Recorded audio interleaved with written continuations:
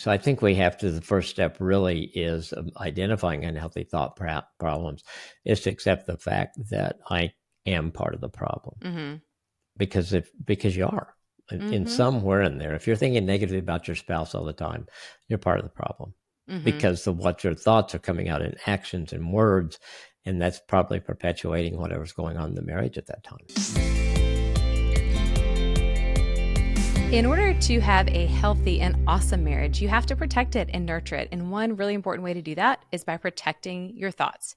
What we think is going to overflow naturally into everything we do. So it is essential to have a healthy mindset about our marriage.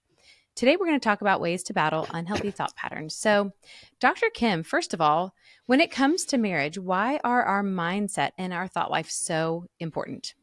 I think they are, just because everything begins there.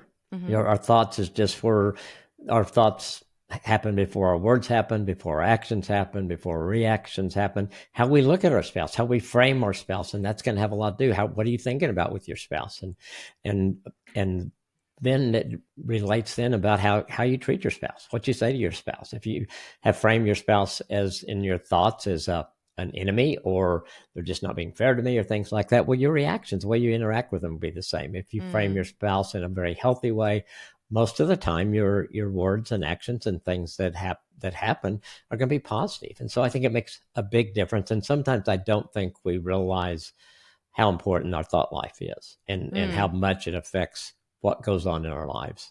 Yeah, I think so. I mean, they're invisible. Thoughts are invisible. They I do end know. up creating actions, but it's really easy to let them kind of slide one direction without knowing. Yeah, because sometimes we're just, we justify them, even if we Mm-hmm. know we're thinking negatively about our spouse or Mm-hmm. someone, but they did this, or they did that, or they didn't do this, or they didn't do that. So Mm-hmm. yeah, in some way in our mind, we kind of justify it.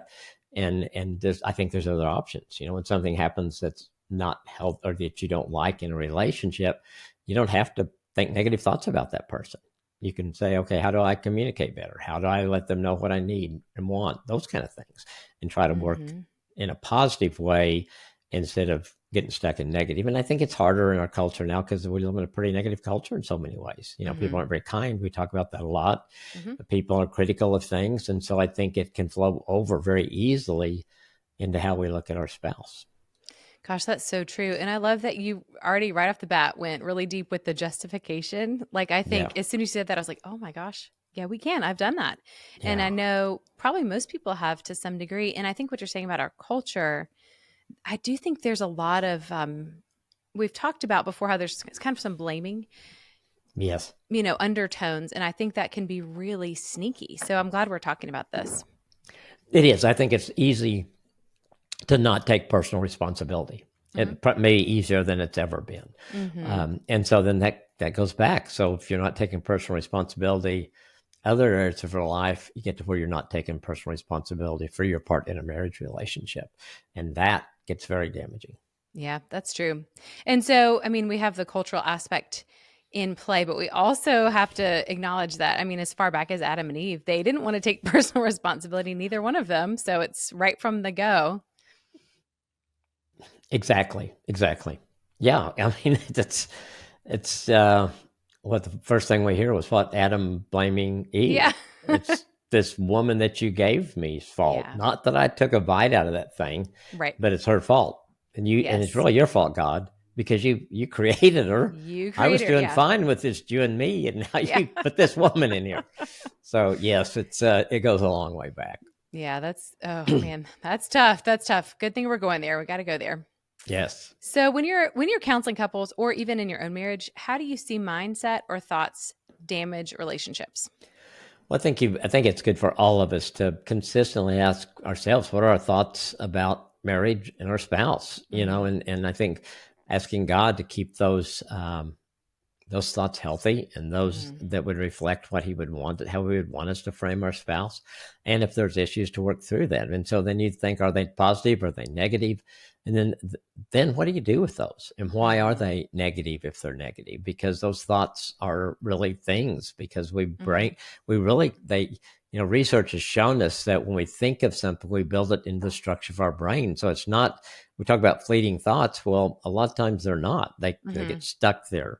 And so when we allow a thought that's negative to go inside our brain, we give it more attention, we spend more time on it, it's going to affect the cells in our body and our brain. And so it impacts our future thoughts and words and actions. And that's when, I think we've all been around people that we think they're just so negative all the time. And I think it's because they've just allowed themselves to continue that, and it just becomes part of their brain structure. And then it's, you can get out of that. Absolutely. You can put new pathways in your brain, but it takes a lot of work to do that. And I think sometimes people just ease into that, and it's really not fun to be around somebody that's critical all the time, that's negative all the time, whether you're married to that person or even someone that maybe have to see, I don't know, in work or church, or, there can be negative people in church, and, we're all human. It's So possible. I think, and so then I think what happens over time, our marriage really becomes what we think. And if we're not pouring positive things, giving our spouse grace, which I think is so important, then we begin to pile up all these negative thoughts, and that's not going to go well in the marriage. Man, that's so true. Yeah, that's so true. It makes me think of, gosh, when you said there could be negative people in church. I've seen a couple. I've been one before. Yeah, I've seen it, and it's funny how sometimes even when we do have a relationship with Jesus, we don't really think about being gracious and extending grace, like you just said, to our spouse or to others, and it can really take root. Oh yeah, it really can. Mm-hmm. Uh, yeah, and I think we're going back what you said about church, and if we've got a negative, just totally off, but a negative attitude toward our church, we need to figure out why. Mm-hmm. And if we can't worship there, we need to find a place we can, because Yeah. sitting in church and being critical or negative the whole time is not going to help, because you're not going to grow. Which eventually is going to affect your marriage. Mm-hmm. Yes. So, Yeah, it's going to spill over for sure. So, what are some of the sneaky or unexpected ways that our thought life might damage our marriage? well, I think obviously every couple does have problems. We all have issues that we have to deal with. And so are we dealing with them or not? So if we see each other positively, if we see them as a teammate, then I think it's much easier to solve problems together. But if we see them negatively or as our enemy, or they're, we're on guard, we don't trust that person, well, our thoughts are going to follow that track. And so I think we begin to think that way, and then our actions again are going to come out of that. And so it's not going to lend itself to a good marriage. I mean, the healthy thing is, yeah, we got problems. Yeah, we got things we got to deal with. Let's deal with them. Let's not deal with them, and let's frame our spouse as this villain or enemy or whatever, because they're the source of our problems. And so then when you think about how's that going to affect our marriage, it's not going to affect it in a good way at all. And then how's your spouse going to feel if they feel like you're always critical of them, or you're always saying negative things to them? That's going to affect them. We just, no matter how strong we are, that's going to wear on us over time. And the spouse will have a tendency to either fight back hard or to withdraw. And neither one is going to give you the marriage that you want to have. Yeah, that's so true. That's so true. And I think when we think about the sneaky ways, like the one you mentioned up front, justifying our negative thoughts and thinking like, well, I'm thinking of them as the problem because they are. No, they're not. Yeah, I mean, in a marriage, you're a team. And if the way that you've tried to address the problem didn't work, that doesn't mean that there's not a better way. There is, you just haven't found it yet.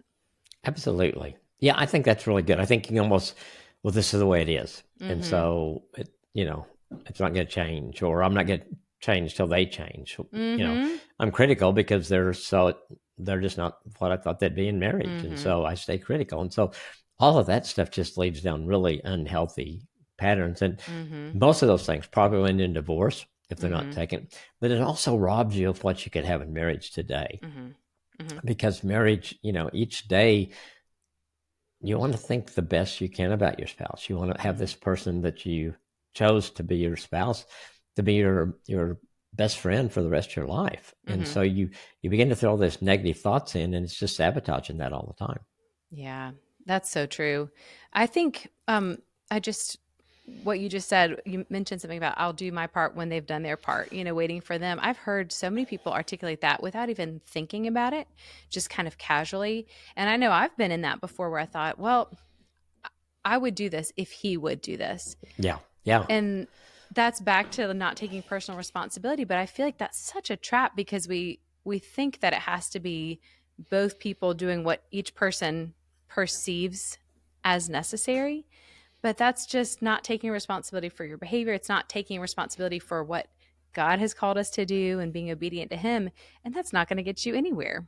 No, it's not. If you're sitting around waiting, I think I was pretty bad about that early in marriage because Nancy Mm-hmm. would always be the first to say she was sorry, things like that. Mm-hmm. And I think she kind of figured out that I wasn't doing my part, and so she kind of backed off of it for a while, and it caused us to have some talk about it. And I think now, really, we kind of set this deal. Who's going to be the first to say you're sorry? Mm-hmm. And that has been really cool. I mean, at first it was a little bit of a game years ago when we did Right. it, and we could laugh about it and have fun. But I think it turned into a habit that's been really healthy for us and helped us not to let things just lie there for a period of time, which we had a tendency. There was a season we had a tendency to do that. Nobody's going to say they're sorry, so this just lays there. Yeah. And then a few days would pass, and we'd kind of miss each other, and we'd never deal with it. But we kind of get back together. But there was Mm-hmm. always just in the background, and it would come up again. Yes. So, you want to avoid those kind of things. Yeah, we definitely did that too. It was like after the fight, nobody wanted to say sorry. Yeah. And I think that when you think of the mental battle, the topic we're talking about, I think that both of us were probably in our own space, just kind of like nursing our wounds, thinking about how wrong the other person was. And so we're Mm-hmm. waiting for like, well, gosh, he said this, he did that, so he should apologize, instead of thinking, which is now what I try to do, is God, what was my part? Help me Yeah. be convicted of what I did and what I can apologize for. Because there's always something, there's always some fault on both sides, even if you don't see it at first. I tend to be the slower processor, so it takes me a while to Mm-hmm. see, clearly. But that's the goal now, is to ask the Lord, each of us, what was our own part, instead of just thinking about the other person's. So good. Absolutely. Because we don't point the finger about ourselves very good. And I think it's Mm-hmm. another thing you can develop into a habit of, Mm-hmm. okay, there's something here. What was my part in it? I think Mm-hmm. you're right, Lindsay. Most of the time, both people have contributed. The Mm-hmm. percentages may not be the same, Mm-hmm. but usually when there's been a conflict, both of you have done something in it. And so Mm-hmm. I think God just wants us to be quick to forgive and let go. And now that doesn't mean you can say you may need to talk about things. Maybe it's an issue you need counseling on, but Mm-hmm. just getting that, okay, I forgive you. And I think we still need to work on this. I think we still Yeah. need to go to counseling so that Mm-hmm. we can stop this pattern or whatever that is. But Mm-hmm. just forgiving, I don't know, it lightens the load, and Mm-hmm. I think it frees you both up, Mm-hmm. and where you can really deal with things. And if people that I've worked with that have held on to unforgiveness for a long time in their marriage, it changes them. Mm. It changes the marriage. It changes them, and coming to a point of forgiveness really does give you freedom. Mm. That's really Yeah, good. That's so yeah, good. yeah. Yeah. It does. I always think of this one quote. We had Tony Newhoff on the podcast a year or so ago, and she said, yeah, the responsibility might be 90% on one person's side, but even if you're the 10% person, you own your part, And so Absolutely. that could free up both spouses. They might both think that they're the 10%. Right. Yeah, we got a missing 80% here, but yeah, Yeah, as long as there's some apology. And I think too, when you talked earlier about the fleeting thoughts, that was something that stuck out to me as well, because I know really early in the first year of our marriage, I started to have fleeting thoughts about, like, well, maybe I just married the wrong person, or yeah, maybe I just wasn't ready. I'm too young. I shouldn't have, decided this yet. And I had, in my mind, I thought we should just take a break, because I'd watched enough, episodes of Friends to know that you can just take a break. exactly. Granted, they weren't married, but they were dating, so I thought, Yeah, just take a little break and kind of resume later. And once that thought was a fleeting thought, and then I kind of held on to it, and I got so fixated on this idea that, we were too quick, we were too young, we can't work it out, it's too hard.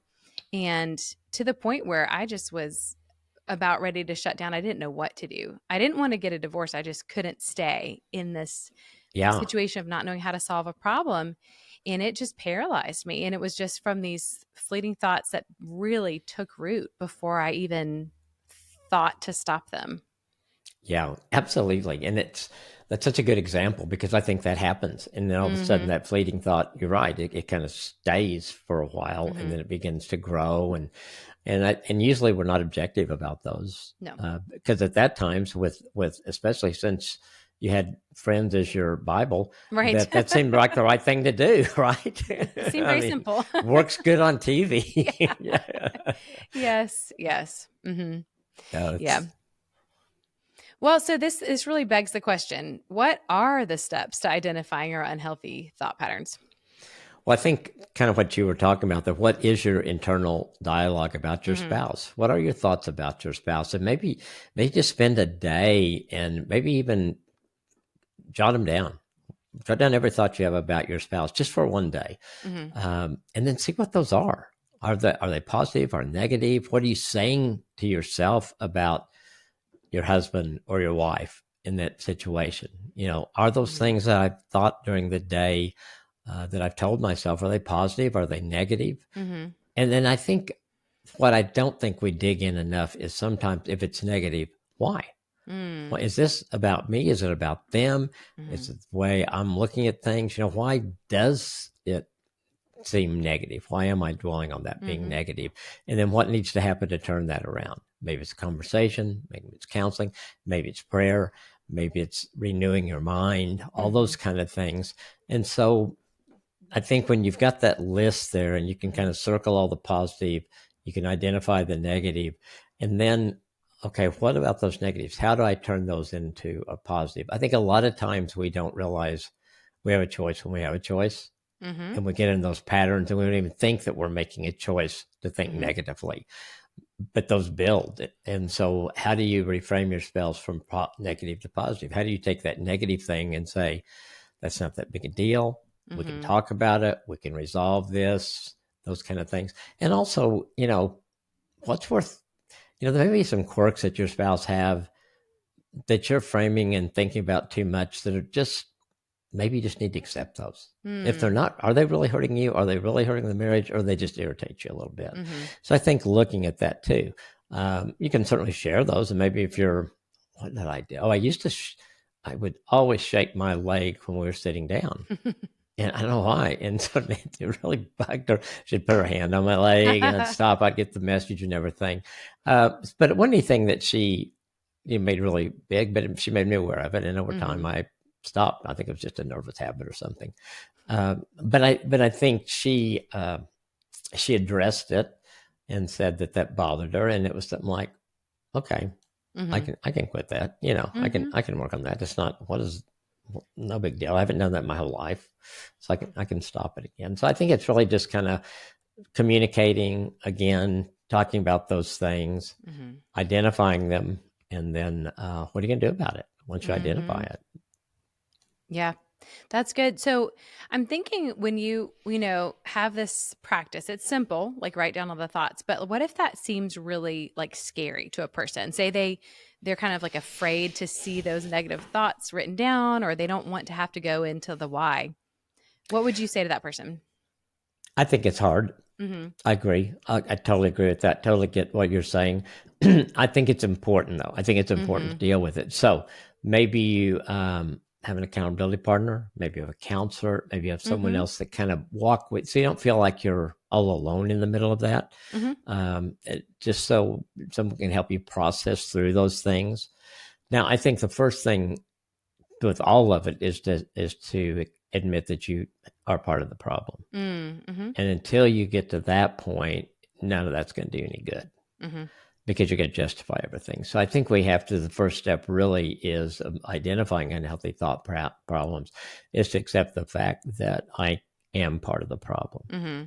because you are in Mm-hmm. somewhere in there. If you're thinking negatively about your spouse all the time, you're part of the problem Mm-hmm. because what your thoughts are coming out in actions and words, and that's probably perpetuating whatever's going on in the marriage at that time. Mm-hmm. Mm-hmm. So that's what I would encourage them. I would say find somebody that you can walk through this with you.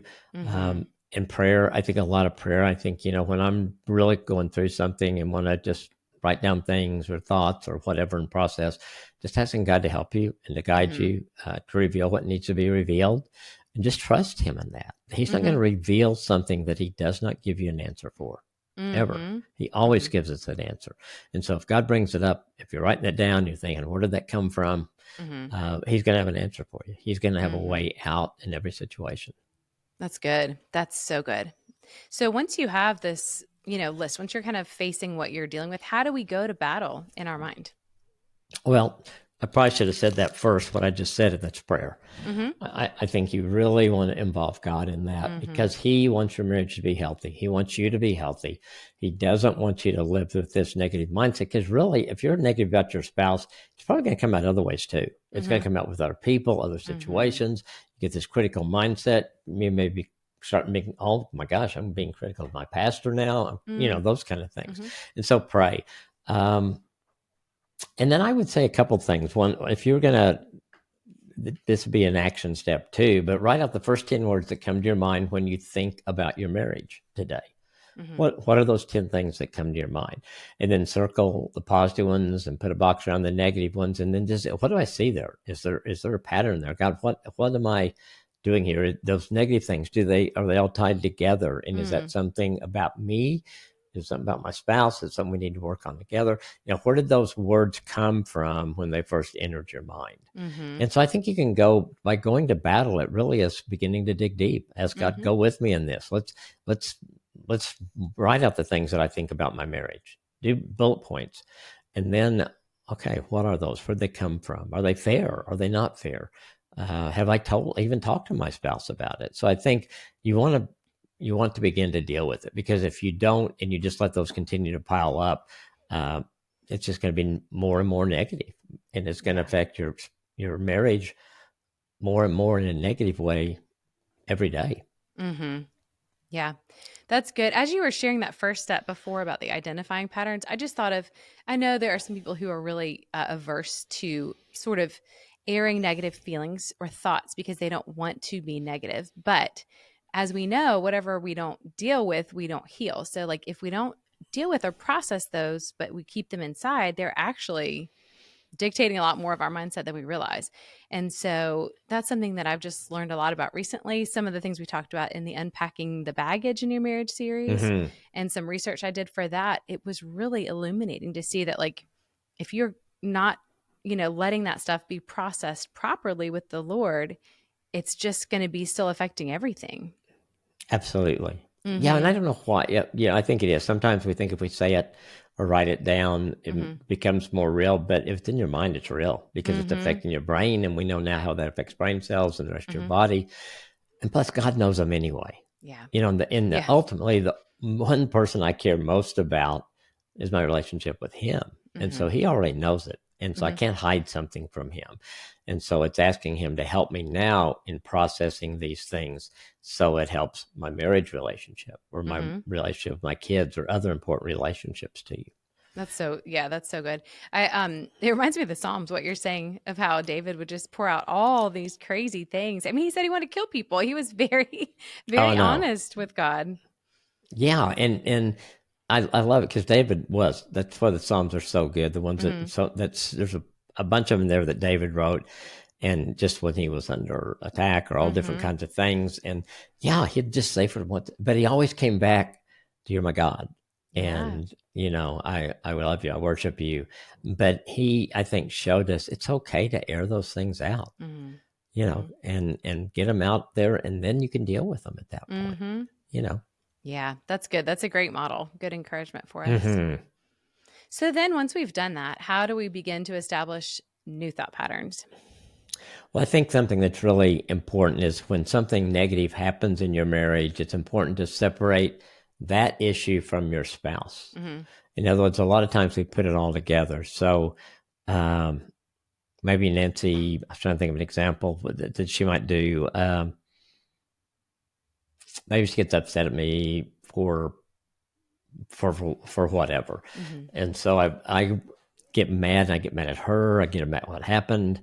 And I think I've got to separate those out. Okay, what I want to deal with this behavior, but I know she's my spouse. I know I love her. I know she's human. We're all human. We all have faults. Some of us have more faults than others. That's true.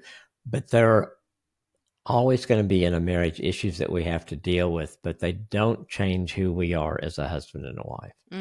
And I think there's, we can, we fight over little things at times still, she still doesn't know how well I drive. And, I mean, it's just, I don't know why that's such a common thing with so many couples, but it seems like it is. But I think you want to realize that you want to frame your spouse in a way that helps and has how you look at them in a positive way. And so when something negative happens, deal with the issue, and then don't let that affect how you look at your spouse. Deal with it, work it through. Does that make sense? I mean, I think it's so easy we lump all that together. Yeah. And so we label our spouse as someone who's selfish, and maybe they did a selfish thing. Deal with the selfish thing. Are they really selfish? Yeah, look at what they did. No, they're probably not, but they did a selfish thing. And so then all of a sudden you put this selfish tag on them. And, and then it doesn't matter. Maybe my spouse was angry. And so, they're just an angry person. No, they got upset because this happened. But no, they don't go around throwing things all the time in the house. They're not an angry person. So I think it's so important to do that. You can be very upset with, even hate what maybe they did or the action, but not them. That's still your spouse. You can work through things. There's always answers. Yeah, that's a great point. That's a great distinction to make. And really, it's so simple and it's so small, but it's going to shift that whole thought mindset. Yeah, I think it does. I mean, it just changes the way we look at it. I want to look at Nancy as someone that has loved me for all these years, who cares for me, who's done all these great things for me, who's been there through me through hard times, tough times, depression, loss of parents, all those kind of things. We've been together. But she might do something today that makes me upset, but that's not her. It's just a behavior that happened in there, and I know her heart. And so I think that's another thing that I think is so important in all of this is if you're going to frame your spouse, really make sure, what are the positive things? What do you love about that person? Why did you marry this person? What were the things that drew you to this person? And those things probably haven't changed. Now, some of the dynamics in marriage or some circumstances may have changed. And so their response to that may be different than what you may have seen before. But most likely their heart is still going to be the same heart that you fell in love with years ago or days ago or months ago, whatever it is. Yeah. That's good. That's really good. Yeah. So for you in your life, how do you personally protect your mind and keep your thoughts healthy? I think the fact that I learned that that we do have choices. And I think being aware that we are making a choice. I can have positive thoughts or I can have negative thoughts. And I think I can make that decision. Do I reframe my spouse in a negative way or not? And so it's what I'm thinking, moving my marriage forward or backward. So those are things I kind of think of. Not that I go through all of those, but that's kind of, I think, where I am with it. Realizing I have a choice. What am I thinking? Is it positive or negative? Do I need to reframe this, or have I reframed in a negative way and I need to be aware of that? Is what I'm thinking helping my marriage really, or is it just building my case for me saying that I'm okay or that I'm right? And I think knowing all the time too that God's just waiting to invite him in. And so when I have those choices, what am I going to choose? Those kind of things, just asking God about that. And I think that's why it's so important in our prayer life to really ask God to search my heart and know me, test me and know my anxious thoughts, see if there's an offensive way in me and lead me in the way understanding. And if you say that, I can say that prayer every day and God reveals things to me. I think it's been hard at times because I really don't, there's things he reveals I don't want him to reveal. I'd rather be right all the time and all that kind of stuff, So he knows that. He has to deal with my ego or whatever it is there. But I think he will help you through those things. And so I think you protect your mind, keep it healthy by just realizing that you do have choices. And is it helping your marriage? Is it not helping it? And asking God to help you filter those things out. Hmm. How do your daily declarations play into that? Is that a mindset thing as well?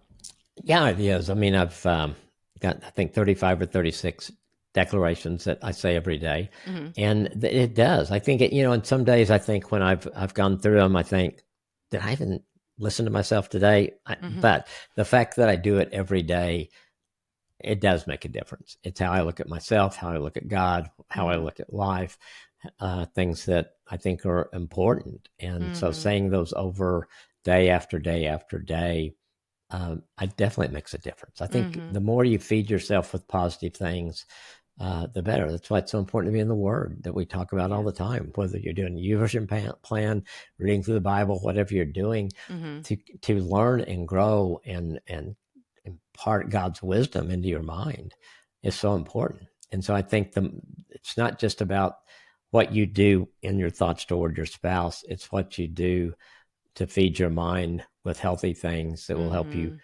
deal with the things in marriage in a much better way than if you don't do that. Yeah, that's a great point. And any One Thing subscribers who get Dr. Kim's One Thing everyday email will recognize the declarations because he's worked some into each week's content. But also, we do have that available as a download, which I'll link in the show notes. But I think Dr. Kim, what you just hit on is really powerful because if we are not receiving God's love in ourselves, we're going to be looking for our spouse to fill up all of that in a way that they can't. It's just not humanly possible. So I think if we are having a negative thought patterns about ourselves, then we'll expect our spouse to validate us and speak into us in ways that they are not capable of. And so that will be really disappointing for both spouses. Absolutely. Yeah, we can't expect our spouse to fix those things Mhm. in us. And yeah, I mean, your spouse, I think we do. That's a really good point because I think it's easy to put too much on your spouse, Mhm. unrealistic expectations of that they can, well, I married you to make me okay. I Mhm. married you to affirm me all the time, whatever. And the Mhm. things that they can do. I mean, God is very clear, I think, what a spouse can and can't do. And there's a Mhm. line there that only He can do. And when Mhm. we start, like you said, crossing that line and expecting our spouse to do things that only God can do, like love us unconditionally, Yeah. accept us where we are. I mean, Yeah. we try to do that with our spouse, but we're not perfect in that. There are going to be Mhm. things that irritate us and upset us. Mhm. And so, yeah, I think you've got to have that and know that God is the only one that completes us, no matter what that you said in that movie. Yeah. Yes. Yeah, Yeah. Yes, or really all the movies too, where it's like, oh, it if I marry is. the right person, we'll be happy together. They'll make me feel like myself or whatever thing. They can't do that. No, they can't. And it's probably maybe it started with Cinderella at the end when we see them right off and it says they lived happily ever after on the carriage as it Hmm. goes out. Well, you can live happily ever after, but there's a lot of work that goes into it. Yes. And there's a lot of work that goes into making a marriage not only happy but fruitful and valuable and all those things like that. It doesn't just happen because you happen to ride away in this cool carriage with these Right. cool white horses. And it will still have its unhappy moments, even if it's happy overall. Exactly, Hmm. exactly. Yes, your goal is to make it something that's very valuable to both of you over time. Hmm. Hmm. Yeah, that's good. That's so good. So, Dr. Kim, this has been a really helpful and illuminating conversation on the mental battle for marriage. Do you have any final piece of advice for us today? Well, I think I alluded to it some. I think it's something we all have to work with. I work with it. I can let things get in my mind, and so it really helps me to ask God in to Hmm. that, and to one first help me recognize it because sometimes they're subtle, or Hmm. sometimes they're easily justifiable because I hear somebody else justifying it, or our culture justifies it. And so I think what you want to do is just realize that there's a lot of things we can put into our mind, and the key is what do you let stay there and what do you let go of? And you want Hmm. to let the positive things stay and deal with, and then let go of the negative things. Hmm. That's good. That's a great place to leave today. So, I want to remind you, everyone listening, that do not forget to check out the Couples Scripture Challenge and the Scripture Cards resources. Those are both mentioned in today's episode. And truly, we believe Scripture is the best way to renew your mind. Dr. Kim also has those declarations that we mentioned. All of those can be found in today's show notes. So make sure to find that link wherever you're listening to find those resources for renewing your mind. So next week on the podcast, we're speaking to our ministry couples about how to have a thriving marriage when you're in ministry. Here's a little bit of what you'll hear in that episode. There was a survey that Barna did, and it's really interesting. 80% of people in ministry believe that ministry has negatively affected their marriage and families. Wow. And then 2 out of 5 pastors nationwide are seriously thinking about quitting the ministry. So I think there are some different things. And now we've had this great resignation, after COVID in a lot of different areas, but we've certainly seen a lot in the church. So I think it matters. The topic matters because ministry is hard. It's demanding. There are expectations that are put on a couple and a pastor, whether it's the husband or the wife, that are a lot of times very unrealistic, but people think they're realistic. There's all the emotional demands that go on. If you think about what a pastor does, they do intervene crisis, grief, loss, conflicts, that all can, as they're draining yourself, pouring into people, it can take away from your marriage. And so I think a pastor in a church, and there's a lot of different ways people can be in ministry, certainly, but just as you look at the pastors, they are in the spotlight no matter what the size of the church. It's like they don't get, if they're outside the house, they're expected to always be on. And so I think that puts so much on a spouse, and I think it can definitely have a toll on the marriage. So this topic is really personal to me, and I know that there can be a lot of unique joys and difficulties for ministry couples. So if that's you, don't miss that episode. As always, thanks for sharing your time with us today. Have a great day and do something awesome for your marriage today.